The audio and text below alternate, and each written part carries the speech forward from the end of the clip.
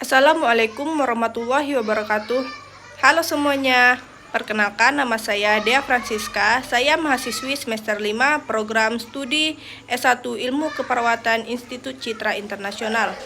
Baiklah, pada kesempatan kali ini saya akan menjelaskan secara lengkap mengenai coping adaptif dan juga coping maladaptif. Serta dampak dalam pembahasan ini sangat penting terutama bagi mahasiswa keperawatan dan juga tenaga kesehatan. Karena respon coping seseorang sangat mempengaruhi kondisi fisik, mental, dan juga proses penyembuhan.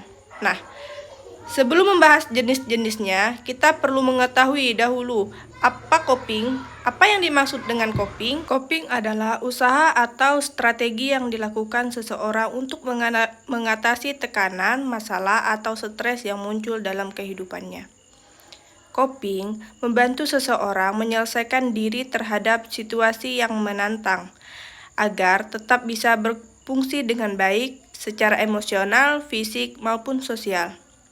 Adapun tujuan coping, yang pertama, mengurangi atau menghilangkan stres. Yang kedua, menjaga keseimbangan emosi. Yang keempat, menyesuaikan diri dengan perubahan atau tekanan. Yang keempat, memperbaiki kemampuan memecahkan masalah. Selanjutnya, ada dua jenis coping. Yang pertama, ada coping adaptif. Coping adaptif adalah cara atau strategi menghadapi stres yang sehat, efektif, dan konduktif sehingga seseorang mampu mengurangi tekanan, mengendalikan emosi, dan menyelesaikan masalah dengan baik. Ciri-ciri coping adaptif: yang pertama, menyelesaikan masalah, bukan menghindar. Yang kedua, mengurangi stres, membuat perasaan jauh lebih tenang. Yang ketiga, berpikir realistis dan rasional. Yang keempat, meningkatkan fungsi sosial seseorang, tetap bisa berinteraksi dengan baik. Yang kelima, tidak merugikan diri atau orang lain. Yang keenam, menambah kemampuan dalam menghadapi masalah di masa depan. Yang ketujuh, menggunakan cara berpikir positif seperti relaksasi, berdoa, mencari dukungan sosial. Adapun contoh coping adaptif, yang pertama, membuat rencana belajar ketika banyak tugas. Yang kedua, mencari informasi seperti bertanya ke dosen atau teman tentang materi yang kita belum paham. Yang ketiga, relaksasi seperti napas dalam, meditasi, atau stretching ketika cemas. Yang keempat, berdoa, beribadah untuk menenangkan diri. Yang kelima, mencari dukungan sosial, curhat ke teman atau keluarga. Yang keenam, manajemen waktu, membuat jadwal harian agar tidak kewalahan. Yang ketujuh, untuk mengurangi stres. Yang kedelapan, menerima keadaan yang tidak bisa diubah, lalu fokus pada hal yang bisa dikendalikan. Adapun dampak coping adaptif, yang pertama, menurunkan stres, kecemasan berkurang, berpikir menjadi lebih tenang. Kedua, meningkatkan kemampuan memecahkan masalah, seperti lebih fokus, logis, dan mampu mencari solusi yang efektif. Yang ketiga, meningkatkan keseimbangan sosial, menjadi perasaan yang lebih stabil dan tidak mudah meledak. Yang kedua, ada jenis coping maladaptif. Coping maladaptif adalah strategi atau cara seseorang menghadapi stres yang tidak efektif, tidak sehat, dan dapat memperburuk masalah. Mekanisme ini biasanya digunakan untuk mengurangi ketegangan secara tepat, tetapi tidak menyelesaikan masalah inti dan sering menimbulkan konsekuensi negatif fisik, emosional, maupun sosial. Coping maladaptif dapat muncul ketika individu merasa kewalahan, tidak memiliki kemampuan untuk memecahkan masalah, kurang dukungan sosial, atau memiliki pola berpikir negatif.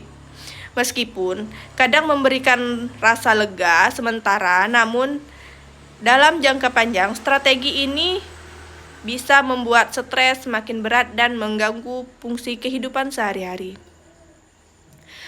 Adapun ciri-ciri coping maladaptif, yang pertama, tidak menyelesaikan masalah, hanya untuk menunda atau menghindari.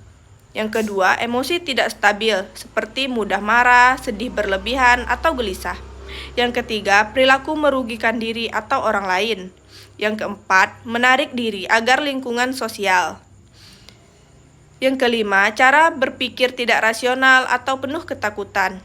Yang keenam, stres menetap atau tambah berat meski strategi sudah digunakan. Yang ketujuh, menghambat produktivitas atau kemampuan mengambil keputusan. Adapun contoh coping maladaptif. Yang pertama, perilaku seperti tidur berlebihan agar tidak memikirkan masalah. Yang kedua, pelarian pada makanan. Yang ketiga, merokok atau minum alkohol untuk menghilangkan stres. Yang keempat, belanja berlebihan seperti shopping. Yang kelima, menarik diri dari orang lain atau isolasi diri. Yang keenam, agresif seperti marah, membanting barang, menyalahkan orang lain. Dampak coping maladaptif. Yang pertama, dampak psikologis. Seperti stres meningkat, kecemasan, depresi, mudah marah, dan emosi tidak stabil, rendah diri, dan mudah putus asa. Yang kedua, ada dampak fisik seperti sakit kepala, insomnia, atau tidur tidak teratur, nafsu makan menurun atau meningkat, kelelahan kronis, penyakit seperti emah, tekanan darah naik. Yang ketiga, dampak sosial seperti konflik dengan keluarga atau teman, menarik diri dari lingkungan sosial, menurunkan produktivitas belajar atau bekerja. Yang keempat, ada dampak jangka panjang seperti ketergantungan alkohol atau merokok, gangguan kecemasan atau depresi berat, hubungan sosial rusak, sulit memecahkan masalah di masa depan. Yang terakhir, penurunan kualitas hidup secara keseluruhan. Nah, dari penjelasan yang sudah saya jelaskan tadi, dapat disimpulkan bahwa coping adaptif merupakan strategi yang positif yang membantu individu untuk menghadapi stres dengan sehat. Adapun coping maladaptif adalah strategi yang tidak sehat, yang justru memperburuk kondisi fisik, emosional, dan juga sosial. Mungkin itu saja yang bisa saya jelaskan tentang coping adaptif dan juga coping maladaptif. Saya ucapkan terima kasih. Wassalamualaikum warahmatullahi wabarakatuh.